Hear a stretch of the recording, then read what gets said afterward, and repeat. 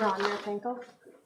Good afternoon and welcome to Monday, May 4th, Committee of Whole agenda for Smith Falls Council tonight.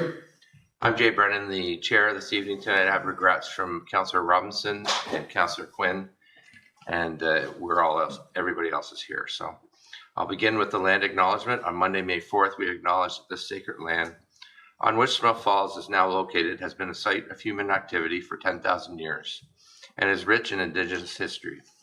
This land is the ancestral and unceded territory of the Algonquin Anishinaabe Nation. We are grateful to the Algonquin ancestors who cared for the land and water in order that we may meet here today. We are also grateful to the Algonquin people for their contribution in the making of Rideau Canal, which runs through Smith Falls. We are mindful of broken covenants and the need to reconcile with all our relations. Together, may we care for this land and each other, drawing on the strength of our mutual history of nation building through peace and friendship and being mindful of generations to come. And I'll call the meeting to order at 5:01, and I'll look for an approval of the agenda. Recommended motion, May 4th, committee whole agenda be approved as circulated. Mr. Chair? Yep, Clerk Costello. If we could make one small amendment and add a second in-camera item, proposed acquisition, disposition of land, and CAO Morris will speak to that. Okay, will do.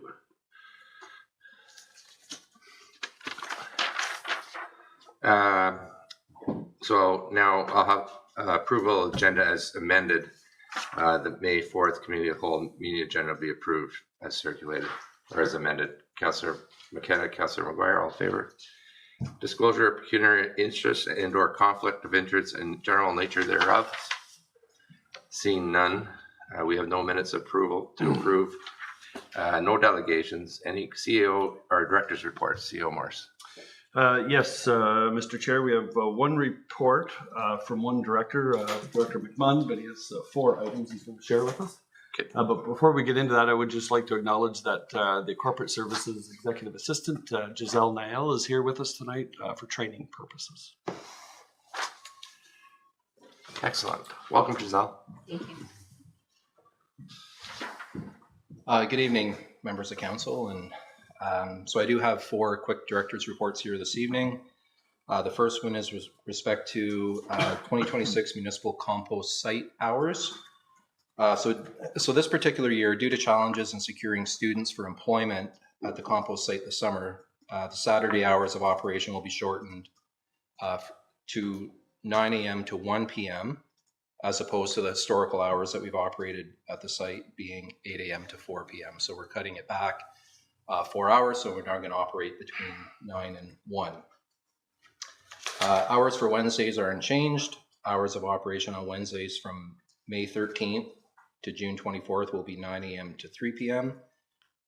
June 24th is the last Wednesday for the 2026 season. The site will be open. This compost site is scheduled to open for the season on Saturday, May 9th. So this coming Saturday. That's why I'm getting up in front of council here this evening and advise people at home not to show up after 1 p.m. because the site will be closed this weekend at 1, open at 9. The site will close for the season. We always close later in November. This particular year, the closure will be on Saturday, November 28th at 1 p.m. I don't know, through the chair, if you want me to take questions in between my 4 reports. Any questions, comments on the compost site? Sure. Yep. Thank Go you. ahead. Just if you could be a little more specific, you're just not able to hire students, or you didn't get the funding to hire more students, or because it's a pretty popular site. Through the chair, it's always been a challenge to secure student labor, we'll call it, for the compost site, and this year not being any different. What I would say, if things happen to change over the next couple of weeks, I know we have some feelers out there to some different students in the community that perhaps may want to work Saturdays, and we can certainly go back and amend the hours. But as it is right now, we're staffed not too bad for students. We've actually engaged a couple of our crossing guards to see if they want to work extra hours on Saturday as well to try to augment the time that the site is open. But we're kind of hedging against whether or not, if somebody called in sick, we're in a real predicament where we're having to really shuffle things around. So Thank you. This seemed to be the best approach to just shorten the hours, and we seem to be able to work within that. So Thank you. And I guess I'll add, we'll post the hours on the gate to reflect that change. absolutely, Yeah. yeah, through yourself, Mr. Chair, we are amending the verbiage on the signage at the gate, as well as we're posting on Facebook and the Record Journal as well. So. Yeah. My second director's report is with respect to the trunk water main and sewer separation project. That's the tender for phase 1 of this project, understanding it's going to be broken up into at least 2, if not 3 phases over the coming years. This particular project was advertised on the town's procurement platform, being bids and tenders, on Thursday, April 30th, so just this past Thursday. The tender is scheduled to close at 11 a.m. on Thursday, May 28th, so it's a 4-week tender call. This phase of the project will encompass works between Lawrence Street at the intersection of Rideau Avenue South to the easement behind 1 Hershey Drive. The project will terminate at the new water tower.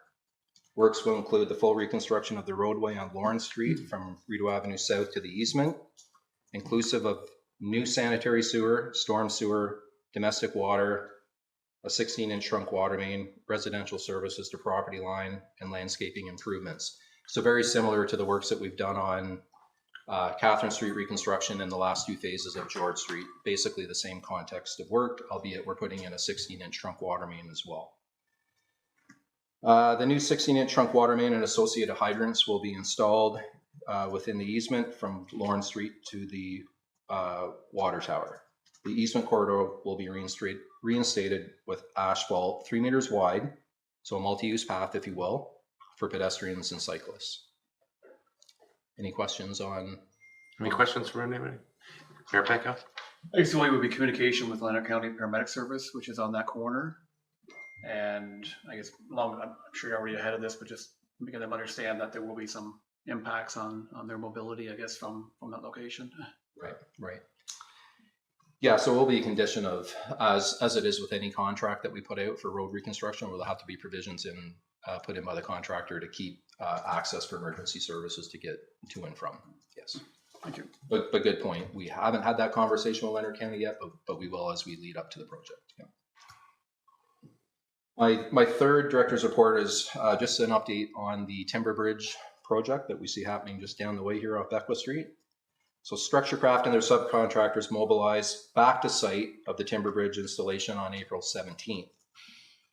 Works are progressing well, with 3 of the 4 concrete pedestals having been capped with fieldstone. The 4th pedestal capping should be completed on or around May 12th. Hot mix paving will be completed on Monday, May 4th. So today, weather permitting. I haven't been down to site to know whether or not that took place today. If not today, then tomorrow. With landscaping to follow the week of this week, May 4th. Some minor retaining wall work will take place between May 13th and 15th. Electrical rough-in has been completed for the decorative lighting package. However, some of the fixtures are not scheduled for delivery until later in May. Once received, the balance of the decorative lighting will be installed. Right now, we're aiming for a ceremonial ribbon cutting to be scheduled on Friday, May 22nd. So I'll work with our communications team to get some communication out with respect to a May 22nd ribbon cutting ceremony. We won't have the lighting package, the decorative lighting package completed at that point. Everything's roughed in, ready for the lights to be attached. It won't matter, in my opinion. You know, the ceremonial ribbon cutting will happen during the day, so the lighting wouldn't be an issue anyway. So that stuff will get completed as that stuff comes in. So. Last but not least, I just wanted to give a quick, sorry. Go ahead, Councilor McCann. Thank you, Apologies. Mr. Chair. On the east side of the bridge, I went in and looked. The stonework looks fantastic. The canal has a nice traditional canal fence. It's 3 bars, Yeah. and it stops maybe 10 or 15 feet before the bridge. We have a temporary fence there. Do you know what the plan is to continue that bit of fence work? Because it is a risk area. The other side is fine, but on the south side, there's a patch of about 15 feet where you've got a lot of water moving. Do you know what kind of fencing? Can we get it to be the same as what the canal has there now? Yeah, so through the chair, I appreciate that question. I've obviously noticed that myself. There are not provisions in this contract to address that, albeit once Structurecraft is ready to mobilize from site, we'll section that section off with some modular fencing. That's a 6-foot high fencing, just for a safety barrier. And then we'll look to likely engage some of our local kind of millwright fabricators, that kind of thing, to see if we can make something similar, exactly the same as to what's there. It won't be historic like what was there before, but it'll mimic what was there. So all that to say, that's what we're. no. All right. Yeah, so we still need to look at that, but that would be my intention, would be to put something back that's similar, exactly the same as what was there before. Thank you. Yeah. Okay, Mayor Peckham? I guess one thing we haven't discussed around here, I guess, is there a name to this bridge? I mean, it was the bridge at the Confederation Crossing. It's not necessarily the Confederation Bridge. And I'm wondering if we should have a discussion, maybe perhaps next week, on the naming of this crossing. Maybe it is Confederation, maybe something different, but. Councillor Miller? Thank you. I think it's a great idea, but I think it'd be a good thing to involve the public, and perhaps we could have an opportunity for input, and people could be creative. And I think that, so maybe if we have a report, well, staff come back with some ideas next week, and then we'll perhaps a survey that could be issued subsequent to that. I'm not sure. Councillor McKenna? I'd support putting it on a future agenda for discussion for Yeah. sure. Okay. I think it's Confederation Bridge, but we can discuss that at that time. 2.0, right?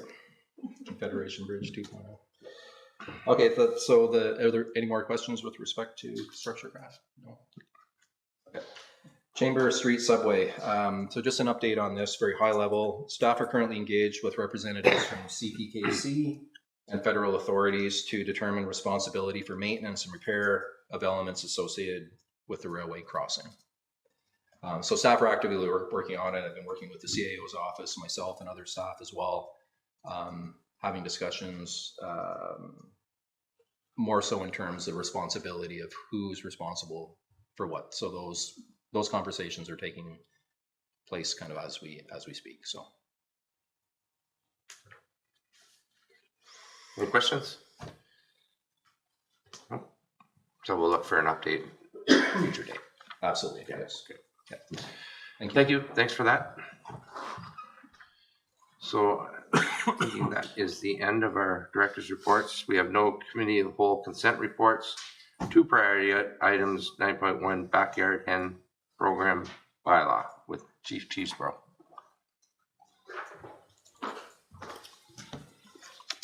Thank you, Mr. Chair. My report tonight is on the conclusion of the 1-year pilot project that Council approved back on April the 14th, 2025.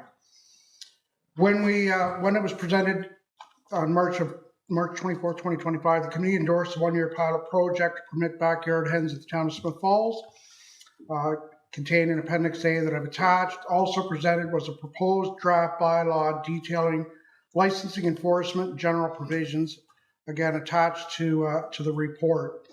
We've used the similar comparator listing that we presented last year, as well as supporting documents from other municipalities. We did receive 2 delegations back in April of 2025. One, both of them presenting their views, one in support on the viability and the safety concerns, while the other one was not supportive of the pilot project for a variety of reasons that we had contained in the original report. At the conclusion of the meeting, it was agreed to pass a 1-year pilot project with the removal of the items that were contained in the draft bylaw. As of today, bylaw has received 7 calls concerning the backyard hens over the course of the 12-month period.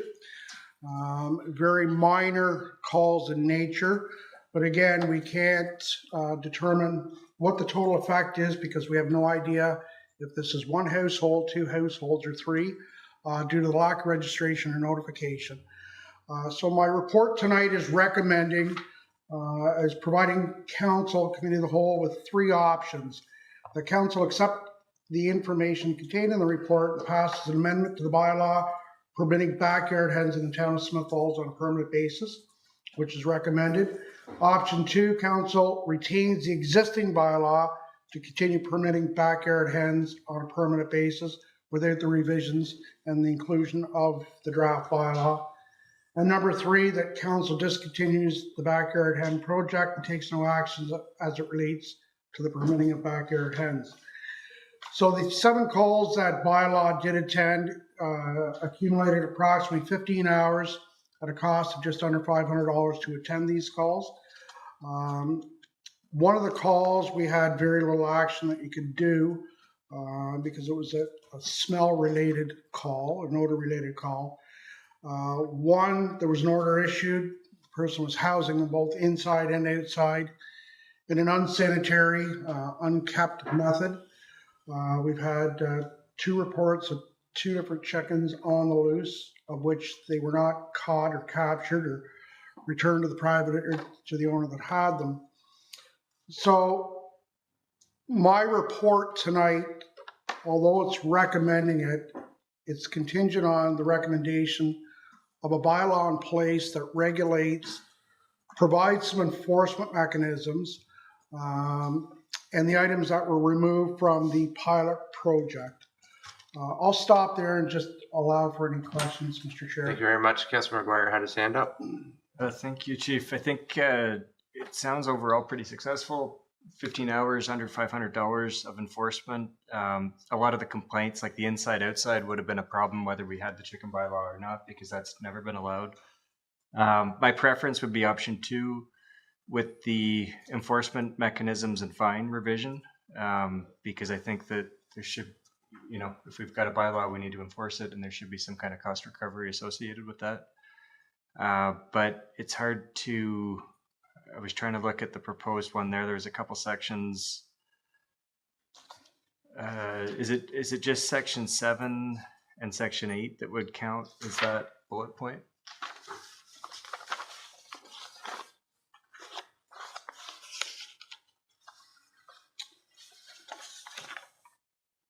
Enforcement and penalties, yes. And section 8, the offense and penalties. But also I think that the section that talks about the size and construction of the coop, as well as the setbacks from places of worship, schools and businesses, I think that that falls in line with other jurisdictions. And again, this bylaw we didn't create from scratch. This was taken into consideration the other municipalities that permit them, and we've adopted that. Put a couple spins on this bylaw where we included that there would be no wiring, permanent and or temporary, to any of the coops. But for the most part, it's very similar to the other ones. One thing that we did not incorporate into this, and it was going to be at the choice of council, is what the set fines should be. If we look at a dog at large or a stray dog or an owner that has too many dogs, that's $120. So if we want to continue and be consistent with too many backyard hens, that would be consistent with it. If they're at large and they're captured, that would be consistent with the dog at large. So again, that's at the decision of council. Go ahead. Just a follow-up question for section 7. There's a 7.1 says that the bylaw official can immediately remove a coop or hens that constitute a safety hazard. What would differentiate something covered under 7.1 versus something where an order would be made and then they'd have a set time to comply?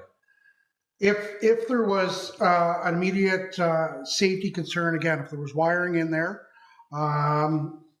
if the concern was that any of the refuse or debris were causing havoc to the surrounding properties of the neighbors, it's not fitting within the setback property, the setbacks for the property, then that would be a consideration. Now in consideration, they have the authority to have it removed.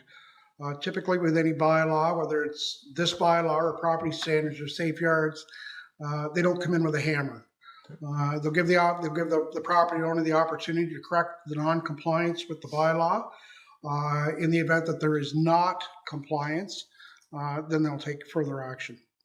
Thank you. So with that clarification, I would support option 2 with the addition of section 7 and sections 8 in the draft bylaw, and having the fees or the fines set at the same rates for other animals that can be on the loose. Thank you for that. Other comments? Councilor McKenna? Thank you, Mr. Chair. So if I'm understanding Councilor McGuire, then that would mean you're just, it's the registration that you're not interested in. Registration, inspections, property size, coop size and setbacks. Basically, I think this bylaw is working based on the results we've gotten tonight. The only part that I think is missing that would help with some cost recovery with the enforcement side of it would be adding section 7 and section 8. Considering all the debate we put into the bylaw we passed a year ago, 15 hours, $465. And some of those incidents don't necessarily apply to a backyard chicken if you're keeping poultry in the house. So, Thanks for that. Councilor Miller? So I could support Councillor McGuire's proposal. And then I would like to suggest we don't add it to the council agenda tonight, that we just take our normal 2 weeks. And I know Mr. Radcliffe came and spoke to us a year ago. If he had any further feedback, I'd like to hear that before we formalize it. But I support your suggestion. Okay. Any other comments, questions? Mayor Penko, do you have any?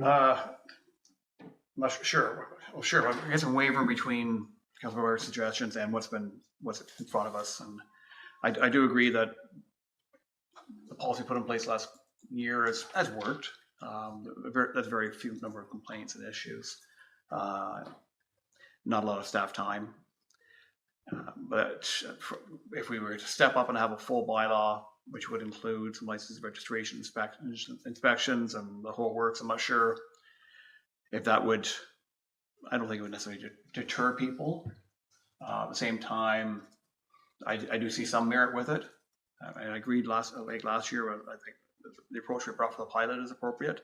I'm just not quite sure where I want to go at this moment with this. Okay, thanks for that. Okay, so I think everyone's spoken, so I'll speak to it, which is no surprise for me, because I'm a hard option 3. I said at the time, and I still believe that chicken are livestock, so are goats, so are pigs, so are cows. And I don't believe that they belong within an urban municipality. I know other municipalities have done it, but I've heard enough from taxpayers as well. And so I'm an option 3. I mean, not that I'm a doctor or anything, but avian flu is a thing still.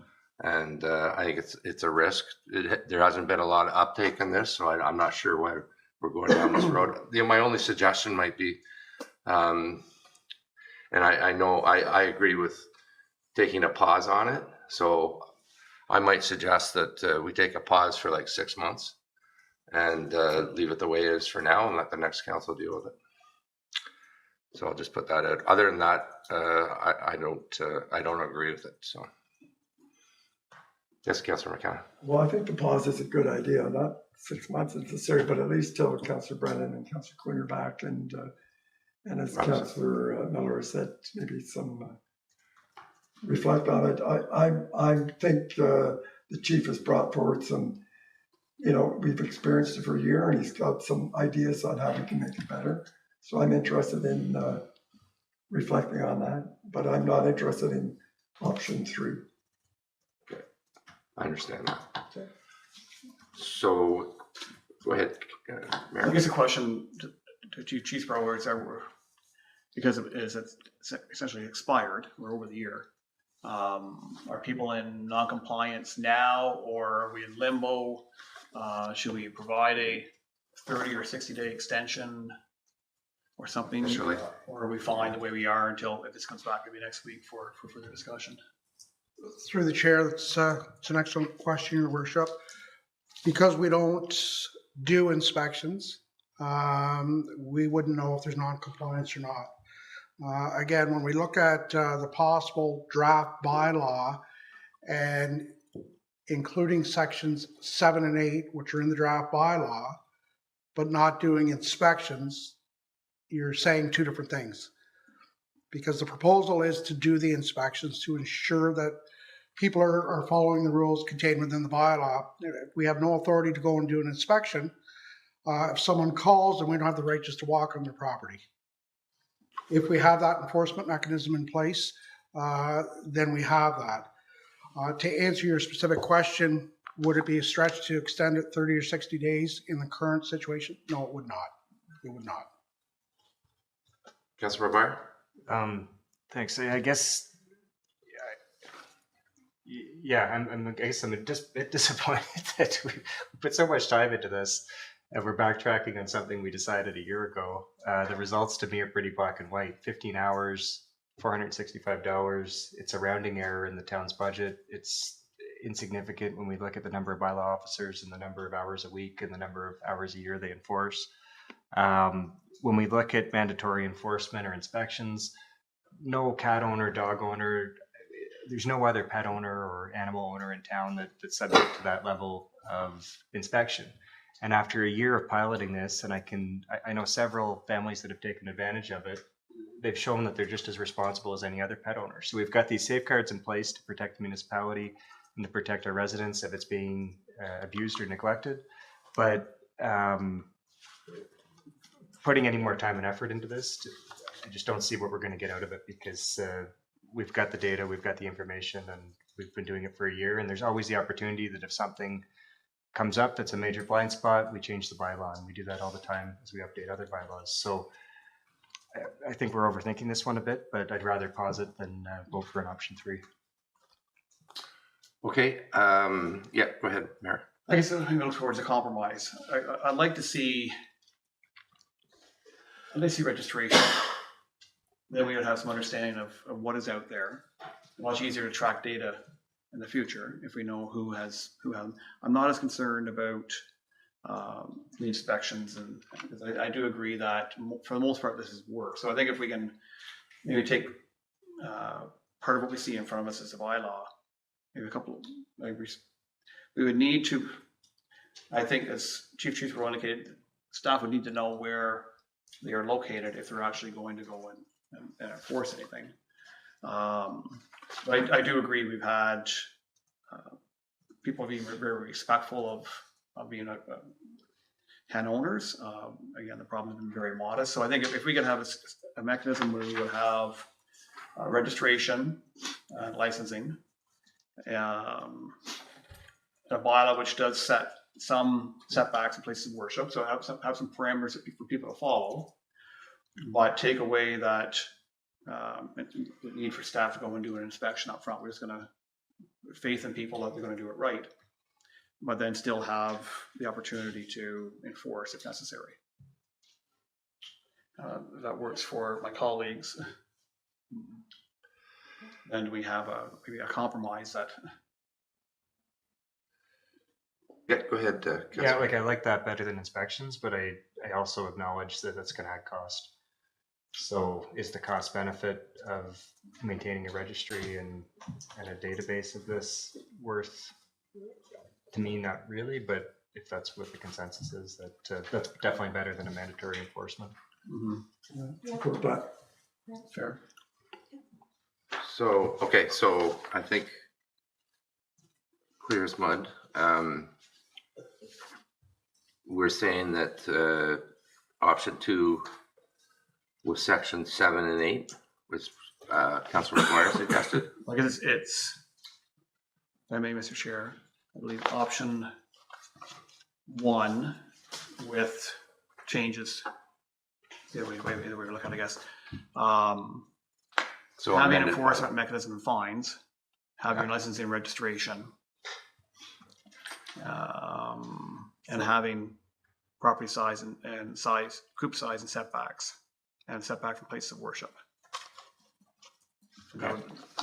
Councilor McGuire. Can we get a copy of the track changes bylaw so we know? It's really hard when we've got this draft version, we've got the existing version, what's actually.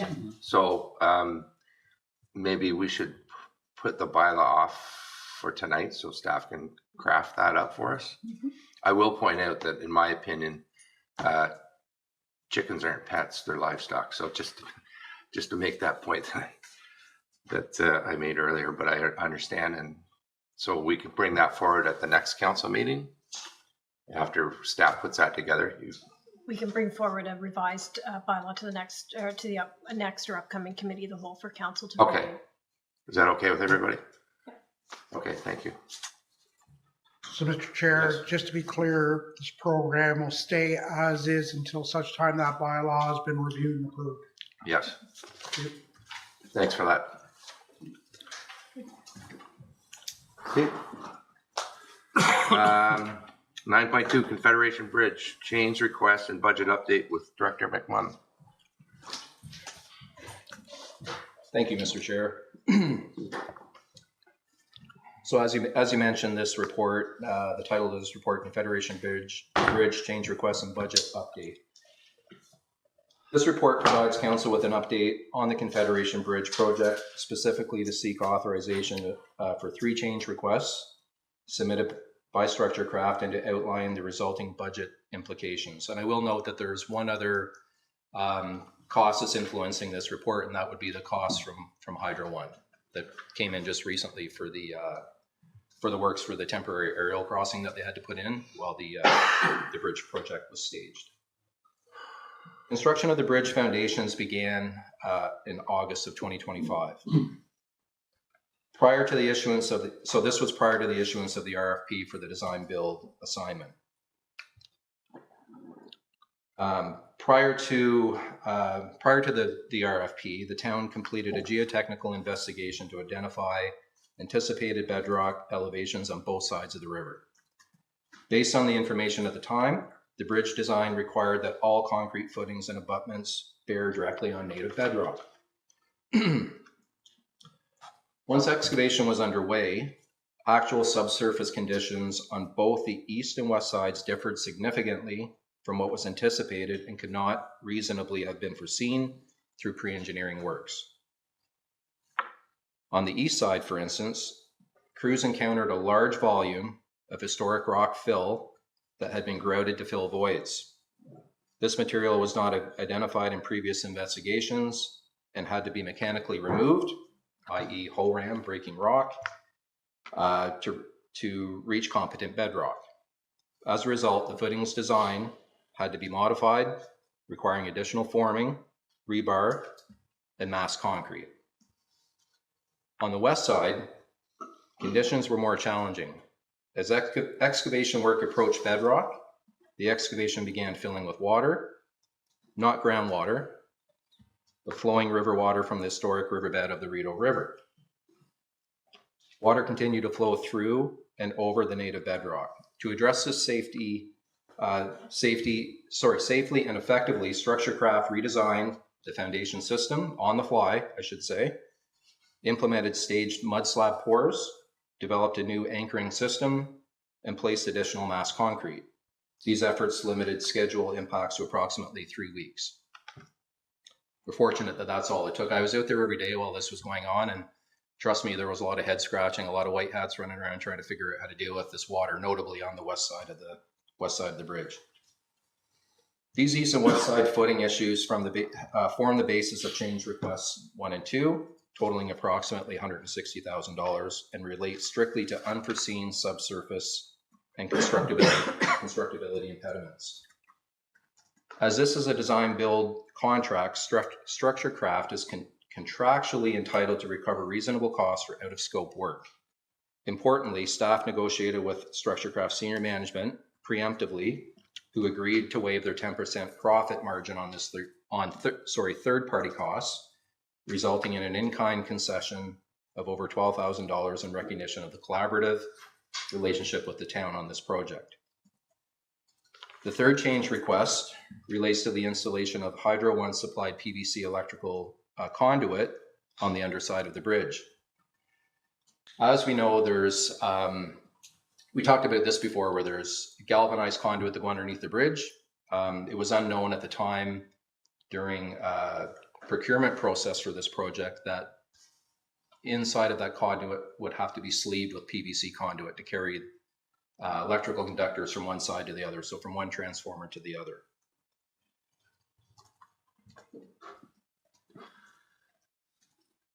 Yeah, so at the time of contracting, it was not known that the installation would be the responsibility of Structurecraft and not Hydro One.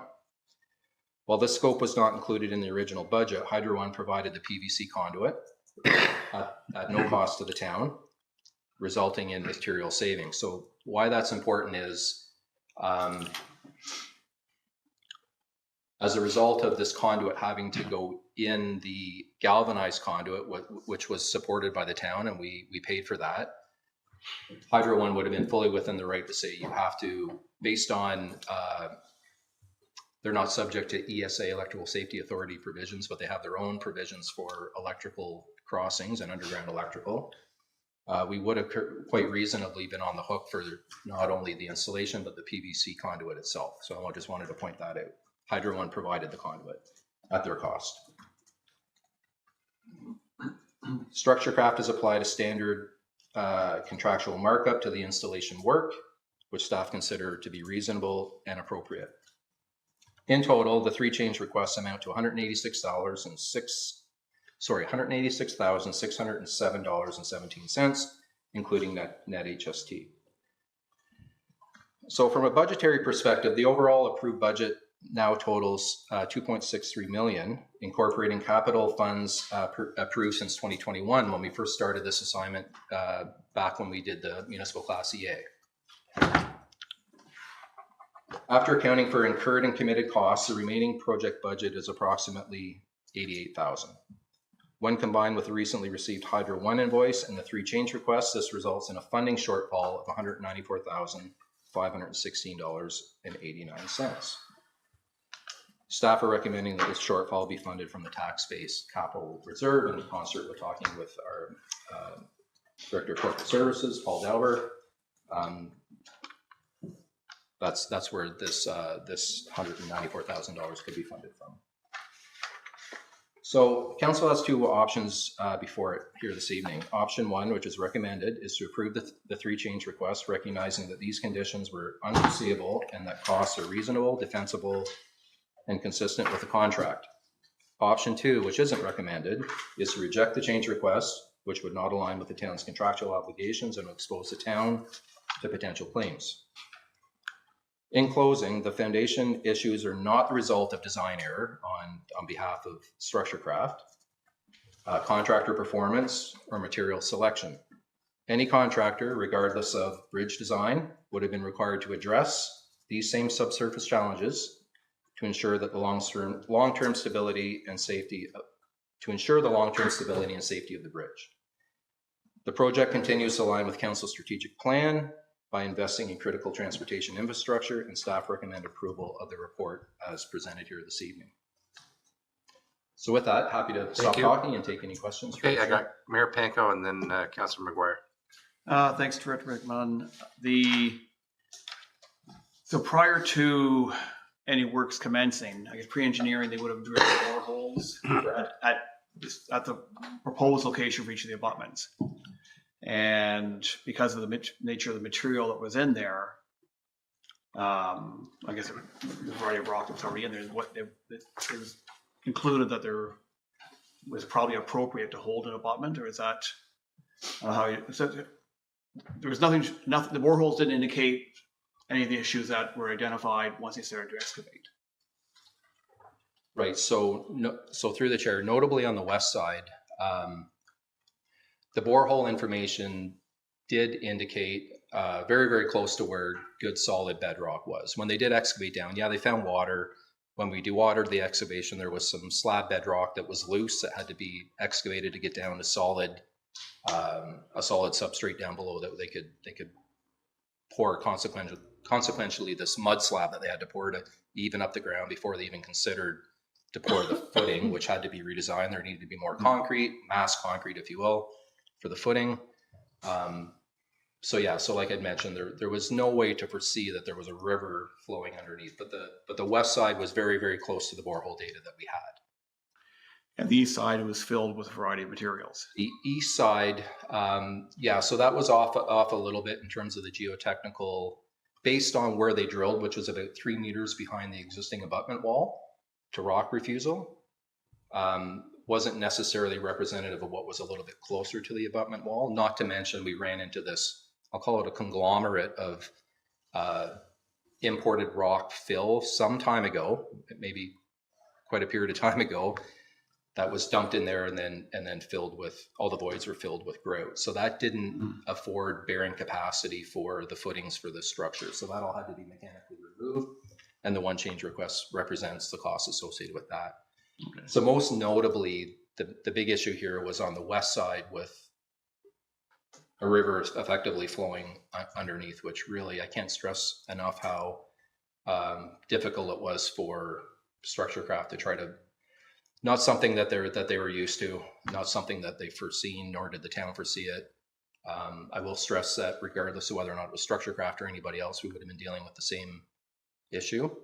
Unfortunately, I'm bringing it to you now because it took some time to get all the invoicing together to understand what this change request actually represented. With respect to the costs from Hydro One, we knew those costs were coming. We weren't quite sure what they were going to be.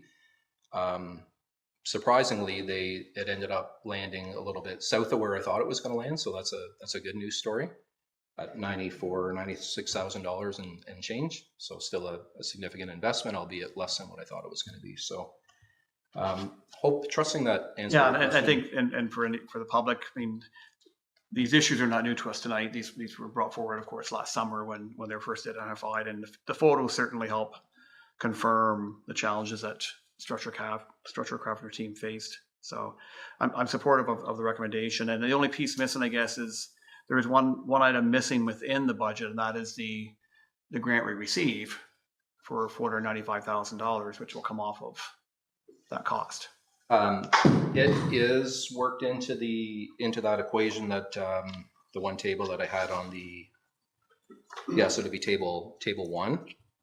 So I believe the 495 is represented in the $1,025,000 that was budgeted in 2025.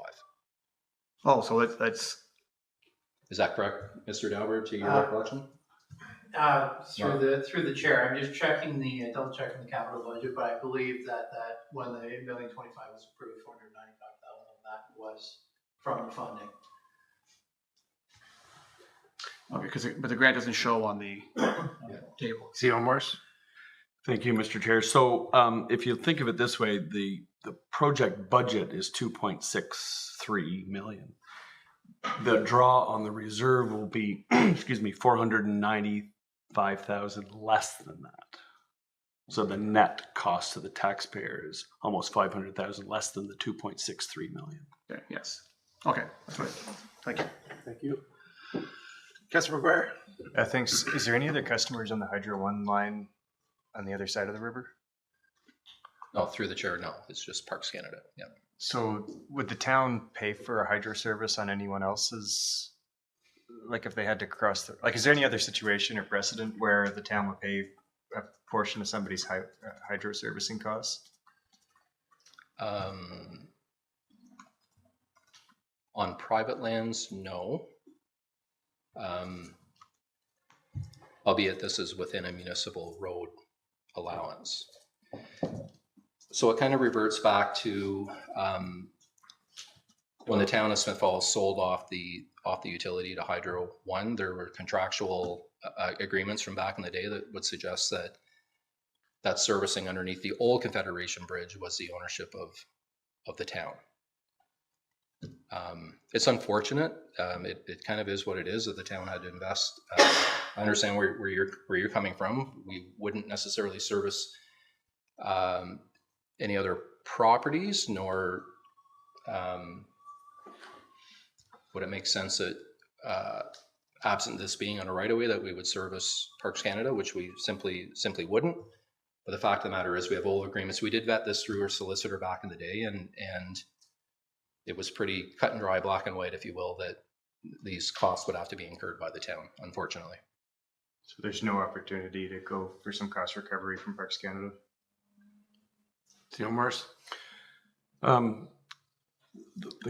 council could make a request, but the legal advice we received is there's an implied expectation when we built the bridge or when we put the conduit under the bridge to begin with, that we would provide that service. So there's an implied expectation that we, in law, we continue to provide that service. So Parks Canada wouldn't be legally obliged. We can ask the question. Thank you. I'll just weigh in. I agree with you. Now I had this written down, where's Parks Canada and all this, because we're footing the bill to give them powers, right? So I'm legally, but there's a moral question too, and then there's other things. So I would encourage us to at least ask the question nicely and see if they would acknowledge it. Other than that, this is a bill we have to pay, and we don't want to have to go to court. And it's unfortunate that this came out, and as the mayor said, we were aware what was going to happen. We just don't know how it was going to shake out, and this is the way it shaked out. And notwithstanding the people that I'm hearing from about the design and all the rest of it, but it is a bill that's outstanding, and so I support your recommendation with regret. Councilor McKenna? Yeah, thank you, Mr. Chair. Do you recall, Director, what our contingency was was it a 10% for potential cost change? Well, to be quite honest, there really wasn't much of a contingency, if anything, on this project, for the simple fact that it was a design build, so kind of a lump sum payment. I will say that notwithstanding the two change requests for the issues that we had with the subsurface work, i.e. the water flowing underground, if you do the math and you back those amounts out, we would have been over budget by just a little bit north of $8,000 on a project well in excess of $2 million. So all that to say is that we wouldn't have needed any contingency had these two issues not arose, no pun intended, with the water. So yes, go ahead. Thank you. And I too, like Councillor Brennan, heard from a resident, and he was very good about it. But his point was that the reason we went pedestrian was for cost savings. It was significantly cheaper, but his impression was that these cost increases have pushed it closer to the vehicular bridge costs, but without sounding defensive, which I'm not. But just to explain that, one is we've got the $500,000 grant for this bridge that we wouldn't have for the vehicular bridge. And we were hit with tariff increases, and that would have hit the vehicular bridge as well, probably more so, assuming it would have been made of steel. They also would have, vehicular bridge would have ran into the same issues with the abutments and so these costs would have been included. And it wasn't just for money, not to rehash this, it was about what's the future purpose of our Centennial Park, our waterfront, the former water treatment plant redevelopment. It was a much bigger, money was always important to us, but there were many other factors, including we weren't, if I remember correctly, we weren't able to just replace like for like bridge, the old bridge with the new one, because the way of vehicles moving across that bridge would have had to been brought up to a new standard of probably lights, probably changing the whole way we enter that, probably one way. It would have added, so there were many reasons besides money. All this to say, he was great about it.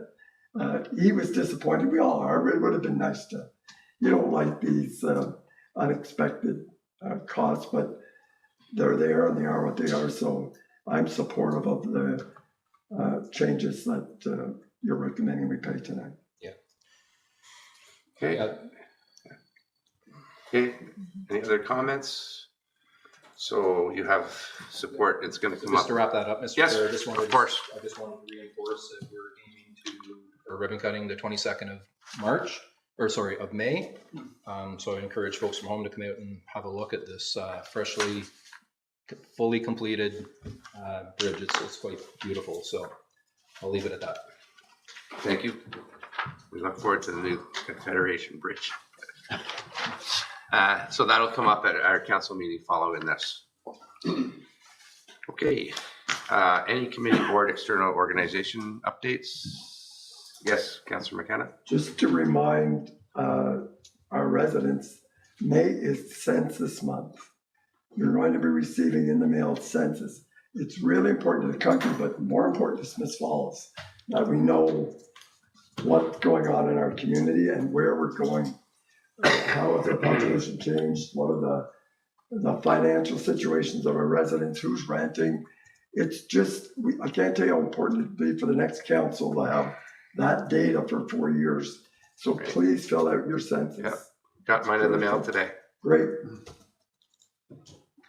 Any others? No, I'll entertain a motion to go in camera for a proposed pending acquisition or disposition of land by the municipality. And there's 2 items in camera and they both are the same subject. So for this one, I'll take a motion to go in camera. Councillor McGuire, Councillor Miller, all in favor? Okay, we'll be back. I just write down. And sign. And I let Sean know that we've gone into closed. To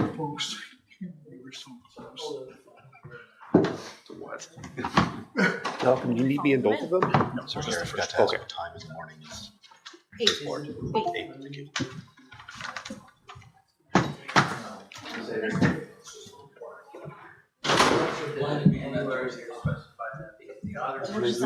Do you want to write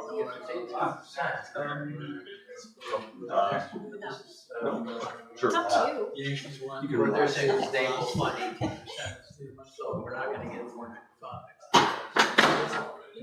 They're playing well, they've got 2.7 fantastic young goaltenders. We're gonna have 2 and 5. I think they're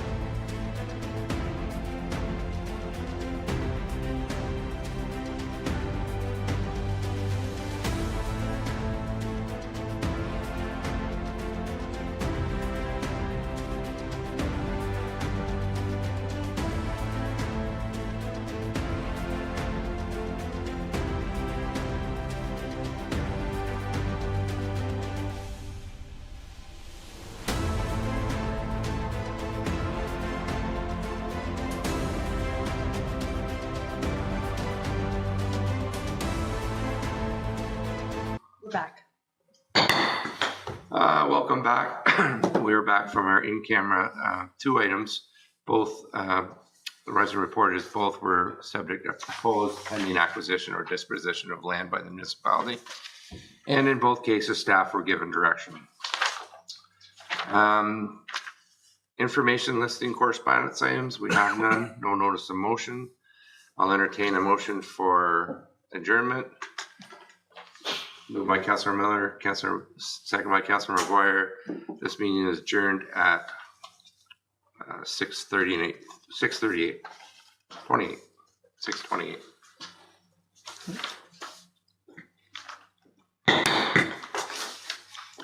Okay, brief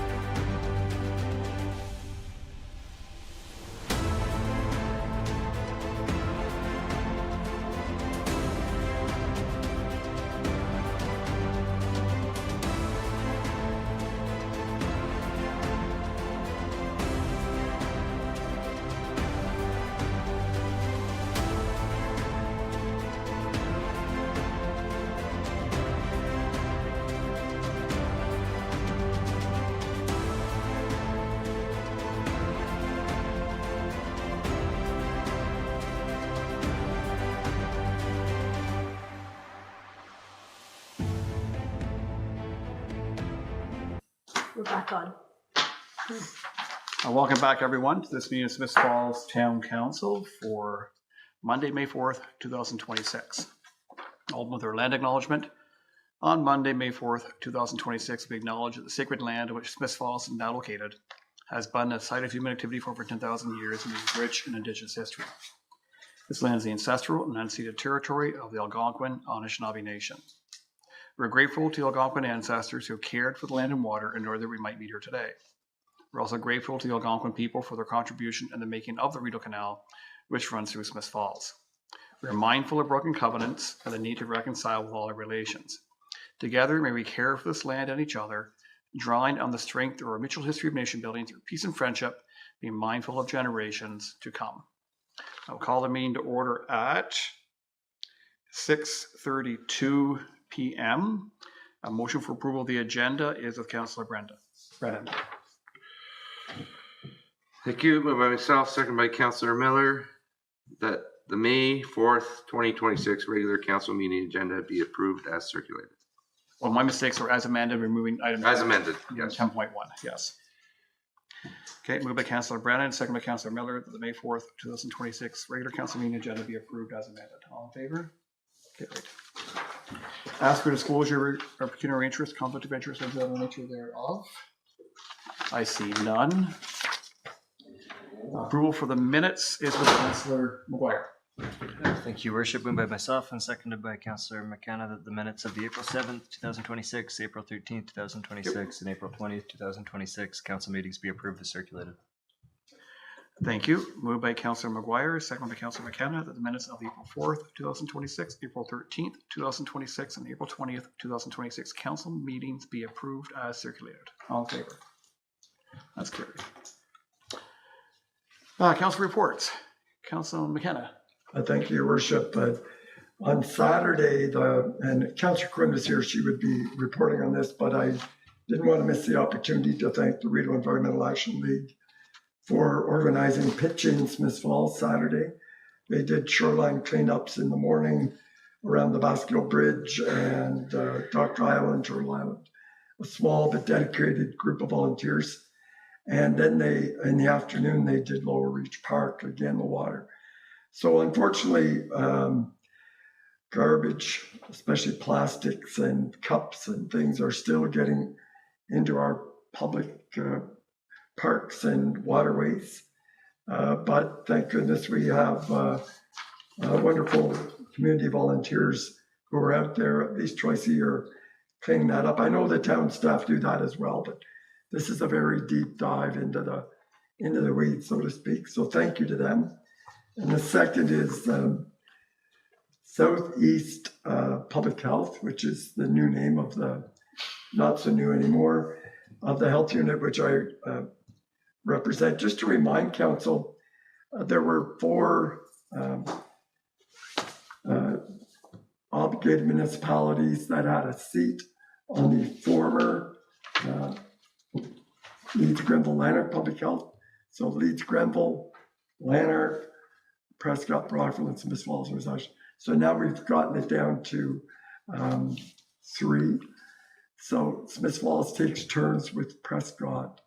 And so next year, after this municipal election, when my term ends, it'll be Prescott's turn and the town won't have another turn for another 4 years. So we're rotating that membership. We've just started a new longer term strategic plan. So last Monday, I spent all day Monday in Kingston with the board and a facilitator working on the long range goal and objectives for the new merged health unit, which, by the way, their total budget is half the budget of Lanark County. So for all of Southeast, the budget's around $50 million. But they do very important work. And we're going to do the second half of that strategic plan later in May. So we divided it over 2 days. So when that's available, I'll share it with council. Thank you. Thank you. Any further reports? I have no reports myself. I do have a couple proclamations. I just was checking one thing here, it relates to one.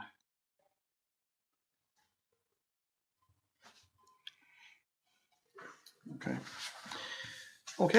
The first proclamation is Economic Development Week, May 4th to 8th, 2026. Whereas Economic Development Week is an international campaign established by the International Economic Development Council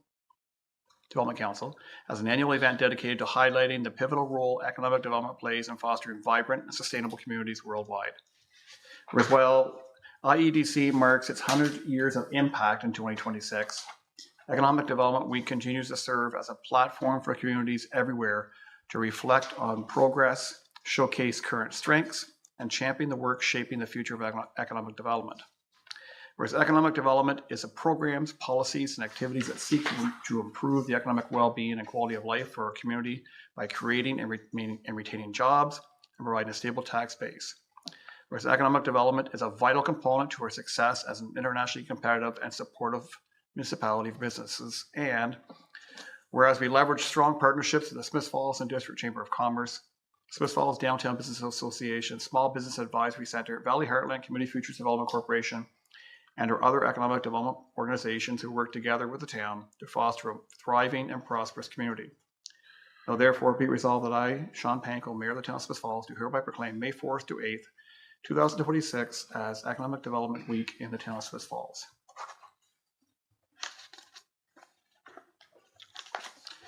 And the second proclamation, Red Dress Day. Whereas May 5th, 2026 marks the anniversary of the National Day of Awareness for Missing and Murdered Indigenous Women and Girls and 2S LGBTQIA+ people, also known as Red Dress Day. Whereas the Red Dress Project was created by Jamie Black as a public art installation in response to the missing and murdered Indigenous women. Whereas the color red signifies the color the spirits can see, and the color red is calling back the spirits for those missing and allows them a chance to be among us and have their voices heard. Now therefore be resolved that I, Sean Panko, Mayor of the Town of Smith Falls, declare May 5th, 2026 as Red Dress Day in the Town of Smith Falls, and encourage all citizens to take a moment and reflect on the missing Indigenous women and girls and those who are no longer with us. And as has been consistent the last number of years, Flora Riley will be hosting a ceremony at 2 p.m. on Saturday, May 9th in the town square adjacent to us. If anyone would like to come out and participate and show your honor and respect for the murdered, missing Indigenous women and girls. Could you just remind me the time? 2 p.m. 2 p.m. 2 p.m. on Saturday. Third proclamation is Mental Health Awareness 2026, May 4th to 10th. Whereas mental health is an essential part of everyone's health and well-being, whereas all people in Canada need to promote, protect, and nurture their mental health. Whereas promoting social connection is an important aspect of human life and an effective way to protect mental health. Whereas the theme for Mental Health Week 2026 is Come Together Canada, and whereas for May 4th to 10th, 2026, celebrate Mental Health Week by bringing the theme Come Together Canada to life by creating moments of connection that help strengthen mental health. Now therefore be it resolved that I, Sean Panko, Mayor of the Town of Smith Falls, hereby proclaims the week of May 4th to 10th, 2026 as Mental Health Week in the Town of Smith Falls, and further that I encourage all citizens to encourage people across Canada to look beyond the surface and see the whole person.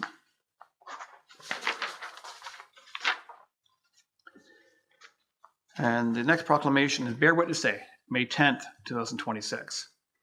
Whereas on February 5th, 2026, the Canadian Senate passed a motion recognizing May 10th each year as Bear Witness Day, a national day of action to honor Jordan River Anderson and his family and to call for the full implementation of Jordan's Principle, the legal ruling ensuring First Nations children receive the services and supports they need when they need them. And whereas the motion highlights the ongoing barriers First Nations children and families face in accessing essential health, social, and educational services due to jurisdictional disputes and administrative delays. Whereas the adoption of Bear Witness Day represents an important step towards renewed accountability and public awareness. Now therefore be resolved that I, Sean Panko, Mayor of the Town of Smith Falls, hereby proclaims May 10th, 2026 as Bear Witness Day in the Town of Smith Falls. And the final proclamation is National Police Week, May 10th to 16th, 2026. Committed to serve together. Whereas National Police Week began in 1970 as a way for the police to connect with their communities and to increase awareness about the services they provide. And whereas police services across Ontario and nationwide celebrate Police Week annually to honor and thank the work that frontline officers, 911 communications, civilian staff, and all members of the Ontario Police Services do to keep people safe and healthy. Whereas the Smith Falls Police Service has provided excellent, professional, and friendly policing to the residents of Smith Falls since 1887. Whereas the role and objectives of the Smith Falls Police Service in our community include deterring criminal activity, improving road safety, ensuring critical incident, major event, and emergency preparedness, protecting vulnerable members of the community, developing partnerships that focus on prevention, and increasing public education. Whereas under the theme, Committed to Serve Together, we acknowledge a crucial partnership between members of the police service, between police services, between the police and other first responders, as well as between the police and the organizations that people in the communities they serve. It is this collaboration that forms a cornerstone of effective crime prevention and public safety initiatives. Now, therefore, be it resolved that I, Sean Panko, Mayor of the Town of Smith Falls, do hereby proclaim the week of May 10th to 16th, 2026 as Police Week in the Town of Smith Falls. So, moving forward with our agenda, we have no presentations or proclamations. We do have a consent agenda, which is with Councillor McKenna, please. Moved by myself and seconded by Councillor McGuire that items in consent report number 052026 received from the clerk be received and adopted. Thank you. Moved by Councillor McKenna, seconded by Councillor McGuire, that items in consent report number 05-2026 received from the clerk be received and adopted. Clerk Costello. Thank you, Your Worship. There's 3 bylaws on the consent agenda this evening. The first being the Rideau Lakes All-Terrain Vehicle Club access. The second being the zoning bylaw amendment application for 16 Jones. And the third being an appointment of a bylaw officer, Travis Hendrick. 2 resolutions this evening. The first being to regulate the temporary occupancy of outdoor patios and merchandise displays. And the second being committee appointments to the Smith Falls Equity for All and Heritage House Museum Advisory Board. Thank you. Anyone like to pull any individual item up for further consideration? If not, I'll call the question. All in favor? Carried. Thank you. Moving into our motions, Councillor Miller. Thank you. Moved by myself and seconded by Councillor McGuire that staff be directed to get a cost estimate for a consultant to conduct a structural integrity assessment of the old water tower to understand the cost of retaining the structure for landmark purposes. Discussion, please. So we had a report last week from Director McMahon about the cost to remove the old water tower, and we had a good conversation about it, but we do need the other side of the story so that we can make a fulsome decision. So this is our next step. Thank you. Any further discussion? Councillor McKenna. Thank you, Your Worship. It seemed to me we had a discussion about trying to get this wrapped up in this term of council, or at least consider it. Is there a timeline when we could expect that report? CEO Morris. Yes, Your Worship. We're hoping to have it on the May 25th agenda, if not the first meeting in June. Thank you. Thank you. Anything further? It's moved by Councillor Miller, seconded by Councillor McGuire. That staff be directed to get a cost estimate for a consultant to conduct a structural integrity assessment of the old water tower to understand the cost of retaining the structure for landmark purposes. All in favor? Carried. Thank you. And Confederation Bridge, Councillor McGuire. Thank you, Worship. Moved by myself and seconded by Councillor McKenna that the Council of the Corporation of the Town of Smith Falls authorize staff to approve 3 change requests submitted by StructureCraft in the amount of $186,607.17 with net HST for additional incurred costs as a result of constructability impedances related to the subsurface conditions which resulted in a direct impact to concrete footings and abutments, installations on the east and west sides of the bridge, as well as costs associated with the installation of PVC electrical service conduit suspended to the underside of the bridge. And further, that Council accept this report as a budgetary update for this project as presented in the Committee of the Whole Report 2026-060. Thank you. Is there further discussion on top of all that? No, I don't think so. We had a wholesome discussion at the previous Committee of the Whole. Staff are going to reach out to Parks Canada to try to get some cost recovery because a significant part of the expenses associated with that are for their hydro service at the lock station. Any further? Moved by Councillor McGuire and seconded by Councillor McKenna. The Council of the Corporation of the Town of Smith Falls authorized staff to approve 3 change requests submitted by StructureCraft in the amount of $186,607.17 with net HST for additional incurred costs as a result of the constructability impedances related to the subsurface conditions which resulted in a direct impact to concrete footings and abutments installations on the east and west sides of the bridge, as well as the costs associated with the installation of PVC electrical service conduit suspended to the underside of the bridge. And further, council accept this report as a budgetary update for the project as presented in Committee of the Whole Report 2026-060. All in favor? That's carried. Thank you. Remove bylaw 10.1 on to inquiries and announcements. Councillor Brennan. Thank you. Just two announcements regarding upcoming events. So on June 7th at 1 p.m. At the Legion, Evergreen Avenue are hosting their annual event where Evergreen Avenue, of course, is located by the Harvard Plain, and there's stones that commemorate community builders and veterans. So this year there's one of each, or two of one and one of the other. So Ann and Mike Quigley, of course, we lost both of those in the last year or so, and the other one is and a veteran is Lee Hitchens, who was a realtor in town, and interesting enough, he was a Vietnam veteran. So we'll have his story there as well. And as well, the Evergreen Avenue is a function of Real. So Real takes part of the day, and they present some awards as well, and they talk about what they're all about. So it's usually a good afternoon, and so that's on June 7th, coming up fairly quickly. The other one, What time? 1 p.m. Thanks. The other one is the annual Smith Falls Recreation Hall of Fame ceremony, which is we had a meeting last week, and that will be on June 28th at 1:30. And I'll talk about I'll mention the names now, and then as we go forward in future meetings, I'll do a little story so on each one of them. The first one was George Vincent Skinner Poulon. So he's got an interesting story. Amy Doyle, who we all know. Kim McKenney is the other one. Alicia Morrison. Nee Taylor. So she's another one, a very interesting individual, we'll find out. And also the Smith Falls Teddy Bears. So that's a team from the 70s. So I've got lots of information on them.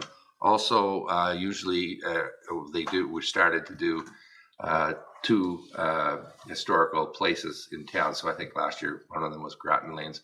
This year is Ryan's Park and the old baseball stadium there where the arena now stands. So that should be a good afternoon, June 28th at 1:30, and mark your calendars for that. And I'll have more to say about those people in the days to come. Okay. Thank you. Thank you. Yes, Councilor McKenna. Just this is Water Week in Smith Falls, across the world probably.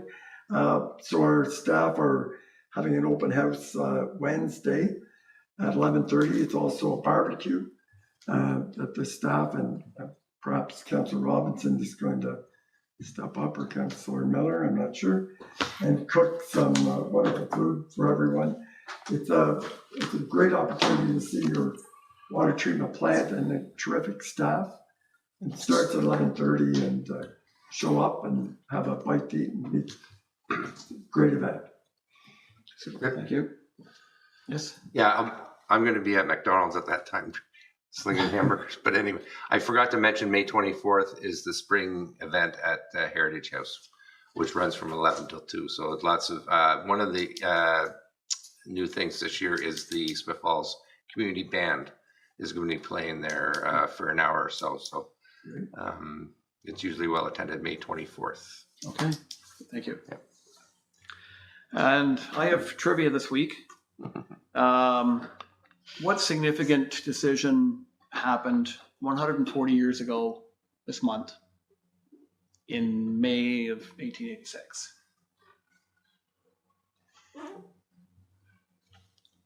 Councilor McKenna. They decided to start a police service in Smith Falls. No, that was a year later. I know, but they made the decision. No, all your good, Cass. Good. No, not quite.